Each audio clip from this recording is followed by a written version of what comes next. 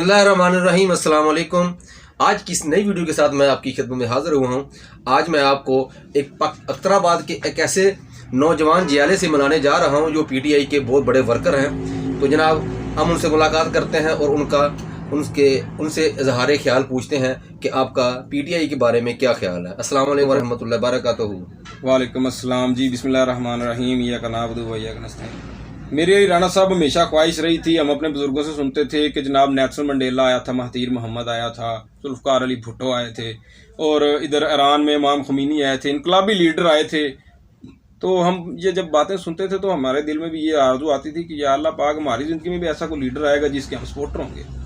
तो हमारे बगल में ही ऐसा लीडर था और हम पहचान नहीं सके।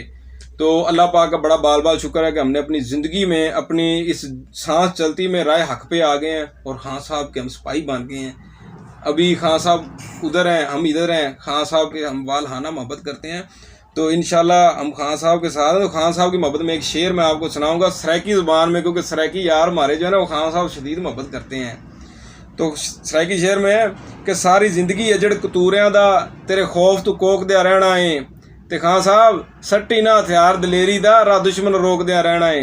ते तनकीद दी आड़ च जा जा के गल गल ते टोकद्या रहना है। ते कुत्ते भौंकण वास्ते होंदे ने, खान साहब इन्ना भौंकद्या रहना है। खान साहब चक के रखो काम, इंशाल्लाह टेंशन नहीं लेनी। पहले तुसी कहंदे सी घबराना नहीं, हुण असीं तुहानूं कह रहे घबराना नहीं।